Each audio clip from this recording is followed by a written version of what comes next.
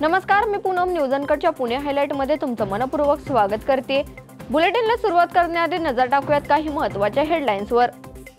जेजुरी देवस्थानच्या वतीने सुमारे 52 कोटी रुपये खर्चाच्या विकास कामांचं भूमिपूजन। पुण्यात कॅम्प फायर स्टोरी लेटिंगचा गिनीज विश्वविक्रम। कोथरूड चांदणी चौकातील रस्त्यांचा उतार कमी होणार आणि दौंड नगर परिषदेच्या प्रभाग 1 मध्ये इच्छुकांची गर्दी। आता पाहूयात बातम्या विस्ताराने।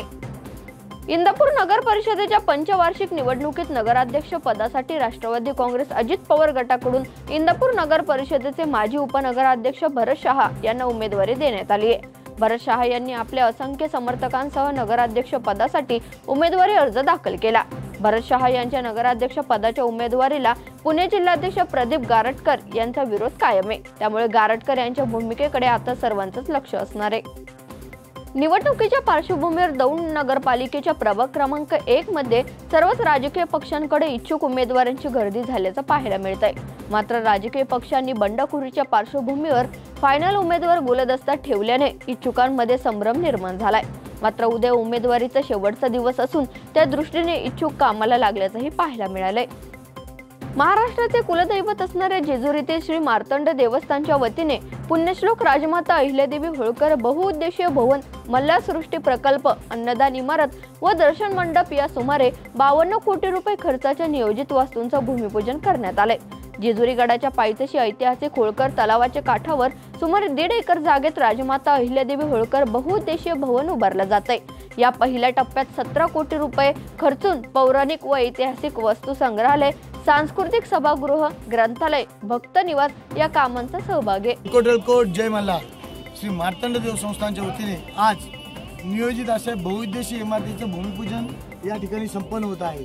अतिशय दिमाखात आता पहिल्या टप्प्यात 17 कोटीचं काम या ठिकाणी सुरुवात भूमिपूजन आज होते। पुढील टप्प्यात 18 कोटीचं काम पण प्रस्तावित आहे। त्याचप्रमाणे आज मल्हार सृष्टी असेल जे 15 कोटीचं काम आहे, जो आमचा सर्व विश्वस्त मंडळाचा भाविकांचा ड्रीम प्रोजेक्ट आहे, त्याचंही भूमिपूजन आज संपन्न होणार आहे। त्याचप्रमाणे दर्शन मंडप असेल, दर्शन बारे असेल, त्याचंही भूमिपूजन आज संपन्न होणार आहे। भाविकांचा येणारा प्रत्येक रुपयाचा हिशोब ठेवून आणि त्याला कोणतीही गळती न होता 7ही विश्वस्त मंडळाने, सर्व तहसीलदार असतील 8वे, या सर्वांच्या एकमताने आम्ही हा पैसा पूर्णपणे भाविकांच्या सोयीसाठी वापरण्याचा निर्णय घेतलेला आहे की जो भाविकांनी ज्या श्रमाने, ज्या कष्टाने कमवलेला पैसा आहे आणि ज्या श्रद्धेने देवाला वाहिलेला आहे, त्या श्रद्धेचं पावित्र्य ठेवून विश्वस्त मंडळ आमचं पूर्णपणे काम करत आहे आणि त्या पैशाचा सदुपयोग करण्याचा आमचं प्रयोजन आहे।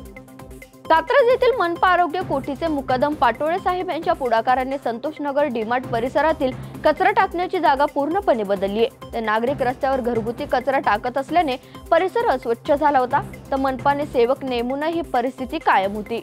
मात्र पाटोळे साहेबांनी स्वतः लक्ष घालून त्या ठिकाणचं रूपांतर स्वच्छ, आकर्षक आणि सुंदर जागेत केलंय। तर याच कार्याचं आता समाजातून कौतुक केलं जातंय। निवडणुका जवळ आले की मतदारापर्यंत पोहोचण्यासाठी वेगवेगळी शक्कल लढवली जात असते किंवा त्यांना वेगवेगळे प्रलोभनही दाखवली जातात। तर पिंपरी चिंचवडमध्ये देखील असाच एक प्रयोग समोर आलाय। कांचनताई अमोल जावळे यांना प्रभाग क्रमांक 23 साठी भाजपकडून तिकीट हवंय। ते तिकीट मिळवण्यासाठीच मतदारांपर्यंत पोहोचण्यासाठी 50% सवलतीच्या दरात काही वस्तू वाटप केल्याचं पाहायला मिळालंय। या बातमीसह घेऊयात एक छोटीशी विश्रांती, लगेचच परत येऊयात। पाहत राहा न्यूज अनकट। ऐतिहासिक वारसा लाभलेला मराठ मुलूक महाराष्ट्र।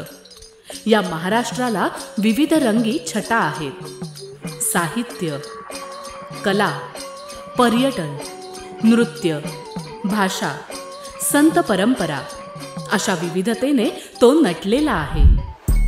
हीच गौरवशाली विविधता जपत सुवरंग मराठी केवळ महाराष्ट्राच्या सांस्कृतिक संहितेपुरते मर्यादित न राहता समकालीन नवकल्पनांवर आधारित कार्यक्रमांद्वारे मराठी मनोरंजन विश्वात स्वतःची एक अनोखी जागा निर्माण करत आहेत। मराठी मनोरंजन क्षेत्रातील उत्तम दिग्दर्शक, लेखक आणि निर्मात्यांच्या प्रतिभेचा पुरेपूर वापर करून मनोरंजनाचा आगळा वेगळा रंग उधळण्यास आम्ही सज्ज आहोत। स्वरंग मराठीचे उद्दिष्ट मराठी मनोरंजन क्षेत्रामध्ये मनोरंजनाची वहिवाट सोडून, रूढीवादी पद्धती तोडून मनोरंजनाचा समृद्ध अनुभव प्रदान करून देण्याचा आहे। म्हणूनच यात विविध पद्धतीचे मनोरंजक आणि माहितीपूर्ण कार्यक्रम स्वरंग मराठीवर बघता येतील।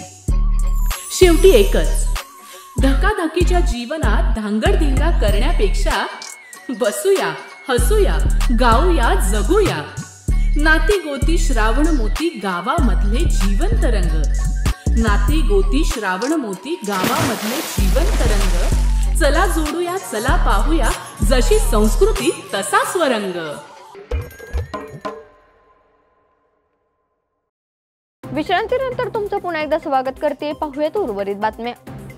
पुणे ढोले पाटील एज्युकेशन सोसायटीने कॅम्प फायर स्टोरी लेटिंग मध्ये सर्वात मोठा श्रोतरुंद असा नवीन गिनीज विश्वविक्रम प्रस्थापित केलाय। खराडी कॅम्प्स मध्ये आयोजित या कार्यक्रमात छत्रपती शिवाजी महाराजांच्या कथा सांगण्यात आल्या। तर या कथाकथन कार्यक्रमात प्रसिद्ध लेखक आणि दिग्दर्शक दिग्पाल लांजेकर यांनी छत्रपती शिवाजी महाराज आणि त्यांच्या 12 किल्ल्यांशी संबंधित कथा सांगितल्यात। तर या किल्ल्यांना नुकतेच युनेस्को जागतिक वारसा स्थळांचाही यादीत स्थान मिळाले।